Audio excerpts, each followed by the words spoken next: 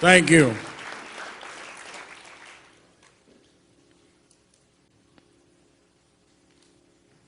I want us to not sit here and act like we had a funeral on the schedule.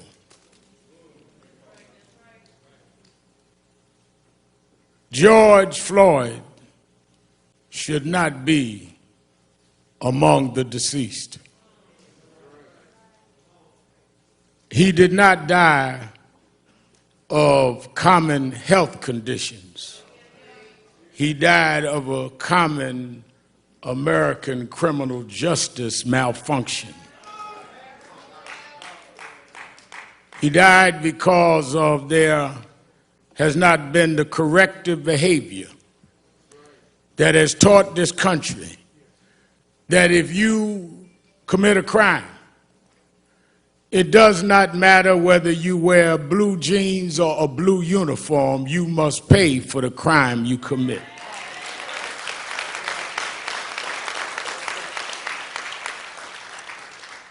So it is not a normal funeral. It is not a normal circumstance, but it's too common, and we need to deal with it. Let me ask those of you that in the traditions of eulogies need a scriptural reference, go to Ecclesiastes 3rd chapter.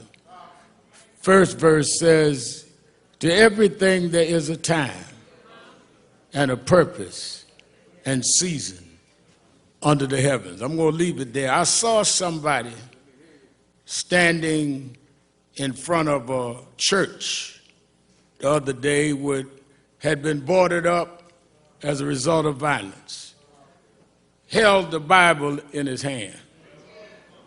I've been preaching since I was a little boy. I never seen anyone hold a Bible like that, but I'll leave that alone.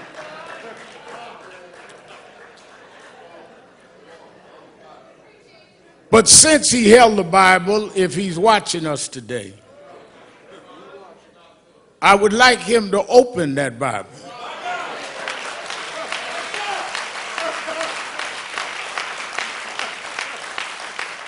And I'd like him to read Ecclesiastes 3. To every season, there's a time and a purpose. And I think that it is our job to let the world know when we see what is going on in the streets of this country and in Europe, around the world, that you need to know what time it is. First of all, we cannot use Bibles as a prop. And for those that have agendas that are not about justice, this family will not let you use George as a prop.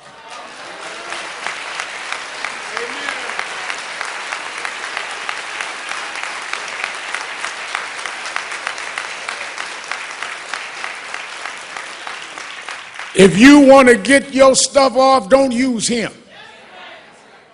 Let us stand for what is right. Because when I got the call from Attorney Crump, and usually when he calls me, it's not to find out how I'm doing. It's usually because something happened that he wants National Action Network and I to get involved. And he explained to me what was happening with this case. And I'd already heard about it in the media. And immediately I said, well, let me know what you want me to do. He said, whatever you need to do. One of the things, Martin, that I've always had to deal with is critics would say, all Al Sharpton wants is publicity. Well, that's exactly what I want. Because nobody calls me to keep a secret. People call me to blow up issues that nobody else will deal with. I'm the blow up man, and I don't apologize for that. because you get away too much with hiding things. Honey has talked about y'all putting clothes in the oven to have your clothes dried. Well, I didn't grow up in the third world, but I grew up in third ward. I grew up in Brownsville, and we had roaches. Now, I know Kevin Hart and some of the rich Hollywood folk here don't know what roaches are, but we had roaches, ludicrous. And one thing I found out about roaches is that if you keep the light off,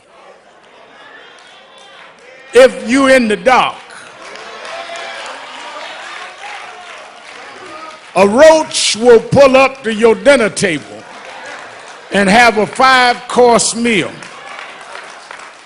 So I learned that one of the ways to deal with roaches is if you cut the light on. I could run them roaches and track them down. And I've spent all my life chasing roaches all over this country.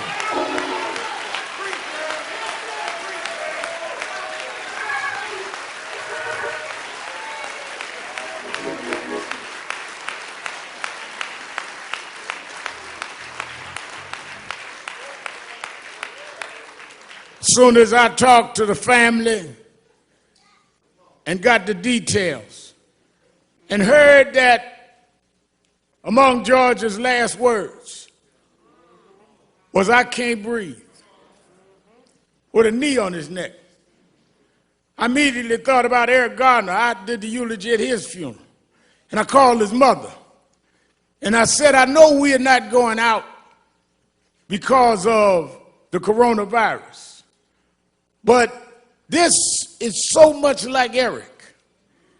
If we could arrange some private way to go to Minneapolis, would you go?" And she said, "Rem Al, I'm already packing. Let me know." Tyler Perry said, "I'll give the families, the plane, whatever y'all need, because this is wrong."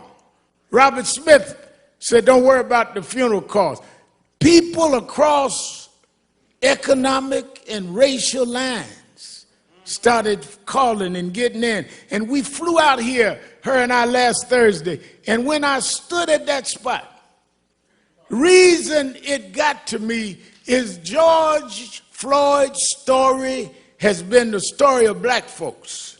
Because ever since 401 years ago, the reason we could never be who we wanted and dreamed to be in is you kept your knee on our neck.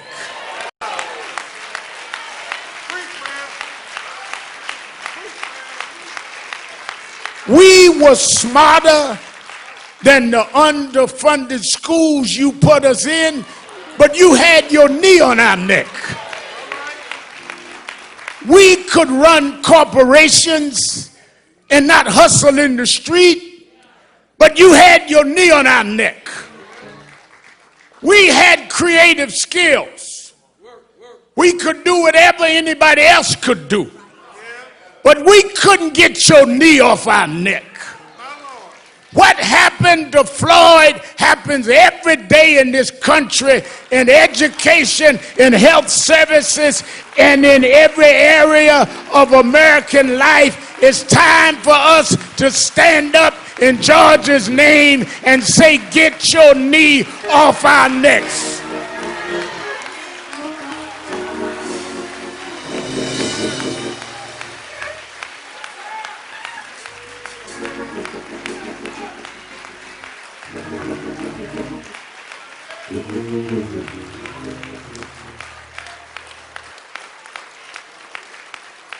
That's the problem, no matter who you are. We thought maybe we had a complex, T.I., maybe it was just us. But even blacks that were broke through, you kept your knee on that neck. Michael Jordan won all of these championships, and you kept digging for mess because you got to put a knee on our neck. White housewives would run home to see a black woman on TV named Oprah Winfrey, and you mess with her Because you just can't take your knee off our neck. Man comes out of a single parent home, educates himself, and rises up and becomes the president of the United States. And you ask him for his birth certificate because you can't take your knee off our neck. The reason why we're marching all over the world is we were like George. We couldn't breathe, not because there was something wrong with our lungs, but you wouldn't take your knee off our neck. We don't want no favors. Just get up off of us and we can be and do whatever we can be.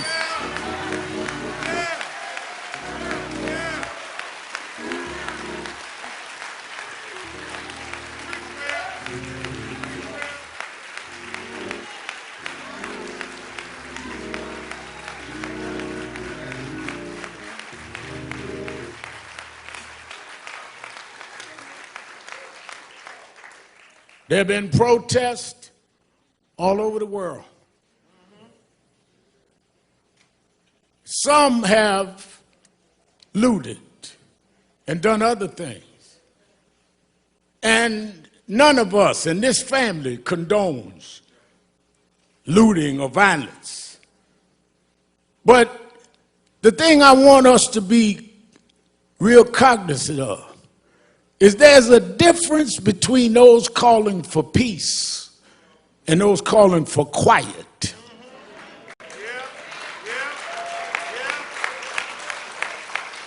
Some of y'all don't want peace. You just want quiet. You just want us to shut up and suffer in silence. The overwhelming majority of the people marching wasn't breaking windows. They were trying to break barriers. They wasn't trying to steal nothing. They were trying to get back the justice you stole from us. Those that broke the law should pay for whatever law they broke, but so should the 4 policemen that caused this funeral today. We don't have a problem denouncing violence, Mr. Governor. We don't have a problem, Mr. Mayor, denouncing looting. But it seems like some in the criminal justice system have a problem looking at a tape and knowing there's probable cause, and it takes a long time for you to go and do what you see that you need to do.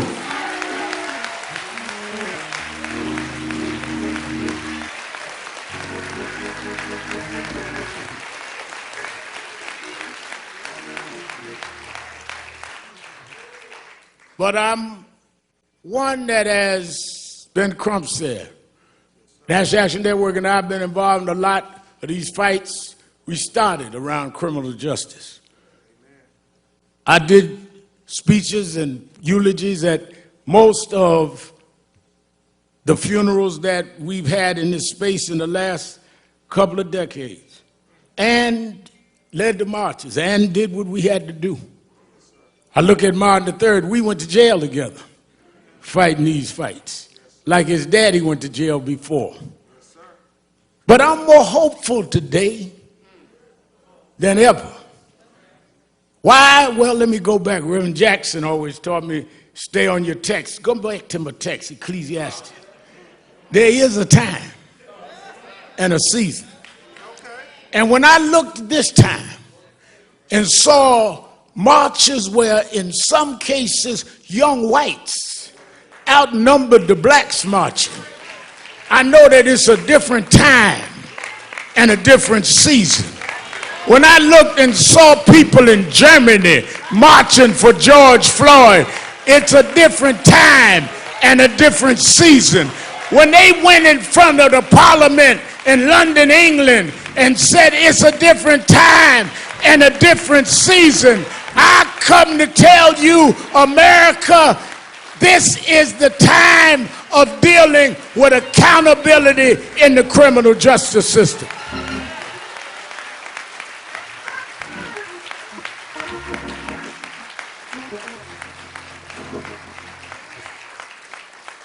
Stephen, years ago, I went to march. Now I remember a young white lady looked me right in the face and said, "Nigga, go home." But when I was here last Thursday, and Miss Carr and I was headed back to the airport, I stopped near the police station. And as I was talking to a reporter, a young white girl, she didn't look no older than 11 years old. She tagged my suit jacket. And I looked around and I braced myself. And she looked at me and said, "No justice, no peace."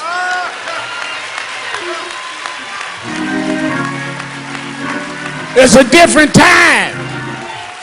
It's a different season.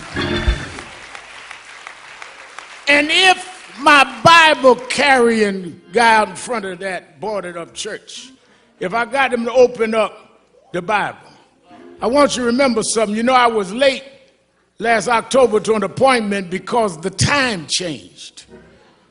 And I was still, my watch was on the wrong time. You know, once a year, time goes forward. And if you don't, Congresswoman Omar, move your watch, you're going to find yourself an hour late, not because your watch was wrong, but you had your watch on the wrong time. Well, I come to tell you that are sitting in Washington, talking about militarizing the country, thinking that you can sell wolf tickets to people who's had enough of abuse. I come to tell you, you can get on the TV, but you on the wrong time. Time is out for not holding you accountable. Time is out for you making excuses. Time is out for you trying to stall. Time is out for empty words and empty promises. Time is out for you filibustering and trying to stall the arm of justice. This is the time. We won't stop. We gonna keep going until we change the whole system of justice.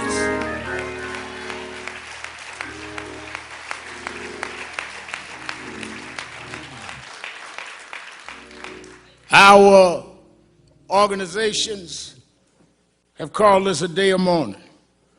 NAACP, National Urban League, Legal Defense Fund, Black Women's Roundtable, Lawyers Committee, all got together, said we're going to have a day of mourning. But then we're going to come out this day of mourning. Because as some of our experts, Sherilyn Eiffel and others that know the legal field, have outlined a legal process that we must enforce, everything from residency to dealing with police backgrounds not being hidden. I talked to Governor Andrew Cuomo today in New York. He says we got to change 58 where the backgrounds are stopped of policemen. We need to know if they stop you, they find out everything you ever did. Why don't we know when policemen have a pattern?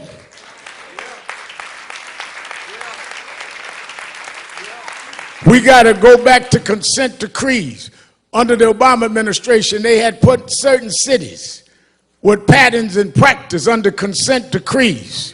Reverend Jamal Bryan, I know when he was pastoring there in Baltimore, that they put it under consent decree. One of the first things that happened in the next administration was they stopped the consent decrees. We have specific policies that need to happen.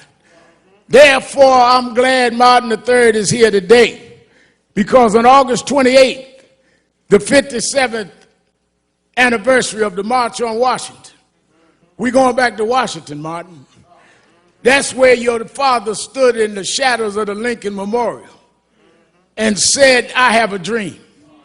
Well, we're going back this August 28th to restore and recommit that dream, to stand up, because just like at one era we had to fight slavery, another era we had to fight Jim Crow, another era we dealt with voting rights, this is the era to deal with policing and criminal justice. We need to go back to Washington and stand up, black, white, Latino, Arab, in the shadows of Lincoln, and tell them this is the time to stop this.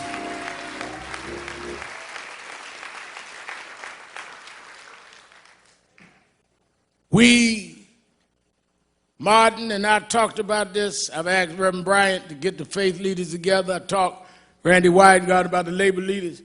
Oh no, we're going to organize in the next couple of months in every region. Not only for a march, but for a new process. And it's going to be led by the Floyd family. And it's going to be led by the Garner family. And it's going to be led by those families that have suffered this and knows the pain and knows what it is to be neglected. And it's going to be getting us ready to vote not just for who's going to be in the White House, but the State House and the city councils that allow these policing measures to go unquestioned. We are going to change the time. Let me say this to the family who has shown such great grace and real level and balanced thinking.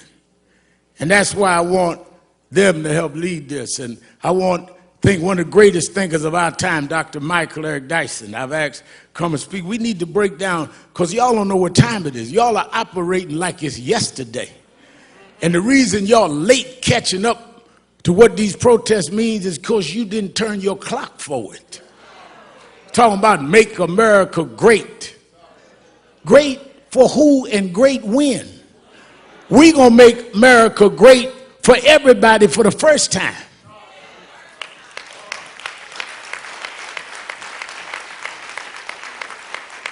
Never was great for blacks. Never was great for Latinos. Wasn't never great for others. Wasn't great for women. Young women had to march to get the right to vote. But lastly is the religious side. I was reading and kept thinking about how I was a little embarrassed, because when I heard that George, at this point of suffering this brutal attack, called for his mama, I said to Attorney Crump, I said, well, I appreciate talking to his brothers and them on the phone, but I want to talk to his mother. He said his mother passed. I said his mother passed, but he was calling for his mother. And I thought about it, because I was raised by a single mother. And sometimes the only thing between us and our conditions was our mothers. Sometimes the only thing that we had that would take danger away was our mothers. The only ones that would make sure the food was on the table was our mother. I know why George was calling for mama. But then as I had got that all placed in my mind, and I realized why I was always calling her. My mother died 8 years ago, but I still try to talk to her. Sometimes just dial the cell phone to hear the voicemail of her phone that I never cut off. I still want to reach out to mama. But talking to Quincy last night, one of his 5 children, Quincy said, you know, I was thinking maybe he was calling his mother, because at the point that he was dying, his mother was stretching her hands out, saying, come on, George, I'll welcome you where the wicked will cease from troubling, where the weary will be at rest. There's a place where police don't put knees on you, George. There's a place that prosecutors don't drag their feet. Maybe mama said, come on, George. There's a God that still sits high, but he looks down low, and he'll make a way out of no way. This God is still on the throne. The reason we can fight, I don't care who's in the White House, there is another house that said if we'll fight, he'll fight our battles. If we stand up, he'll hold us up. So as we leave here today, I say to this family, I know that years ago we told them, Reverend Jackson told us, keep hope alive. Yeah. Then I know that President Obama wrote a book about hope. But I want you to know in my life, There's times that I lost hope. Things can happen like this that'll dash your hope. But there's something that is sister to hope called faith. Faith is the substance of things hoped for, the evidence of things unseen. Faith is when you got a pile of bills and no money, but you say he will provide all of my needs. Faith is when you got no medicine in the cabinet and you're sick in your body, but you say he's a doctor that never lost a patient and he'll dry tears from my eyes. Faith is when your friends walk out, when your loved ones turn their back, but you say, I don't believe he brought me this far to leave me now. We didn't come this far by luck. We didn't come this far by some fate. We come this far by faith, leaning on the Lord, trusting in his holy word. He never failed me yet. From the outhouse to the White House, we come a long way. God will, God shall, God will, God always has. He'll make a way for his children. Go on home, George. Get your rest, George. You changed the world, George. We're going to keep marching, George. We're going to keep fighting, George. We done turned the clock, George. We're going forward, George. Time out. Time out. Time out.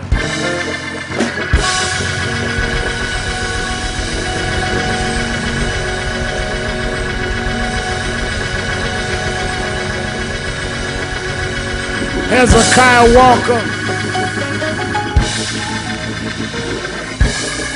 We asked gospel great Hezekiah Walker sing a song for the family. After which, Derek Johnson of the NAACP asked me, Attorney Crump, we're going to stand for 8 minutes and 46 seconds. Though that was the time that George was on the ground. And we want you all over the world to stand with us for 8 minutes and 46 seconds and make that commitment for justice in the name of George. I want to thank the members of the Congressional Black Caucus for being with us. Won't you stand?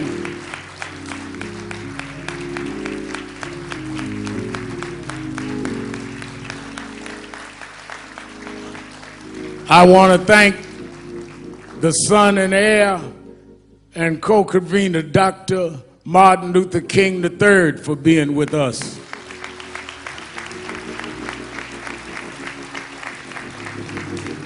I want to thank the mayor and the governor and their brides for being with the family. Senator Amy Klobuchar of the state of Minnesota. I want to thank my mentor and one who's fought this fight for more than a half a century. Reverend Jesse Lewis Jackson is with us. And his spokesman for Rainbow Push, Jonathan Luther Jackson.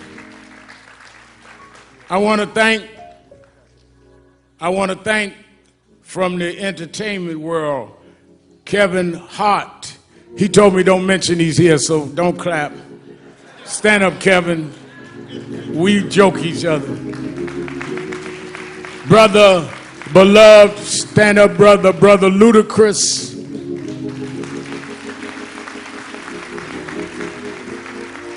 Tyrese Gibson, who's an extraordinary activist in his own right. Master P.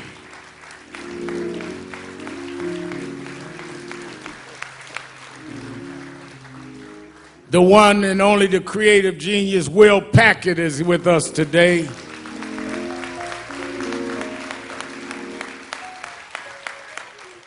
And a brother that we've marched together and done a lot of things. He does not just put his name on somebody's petition, he puts his body on the line. Brother T.I. is in the house.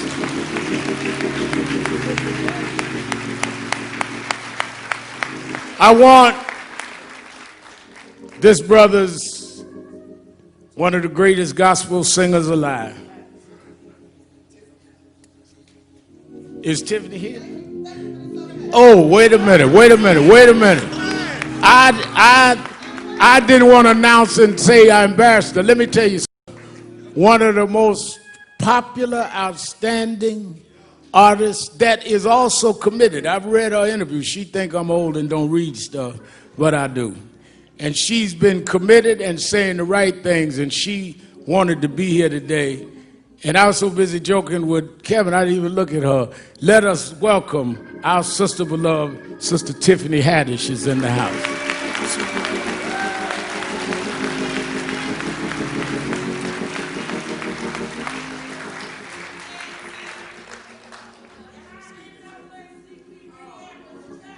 Well, I'm going to announce all the rest. Wait a minute, y'all don't start introducing folk. I got them all. Let us hear a selection from Brother Hezekiah Walker.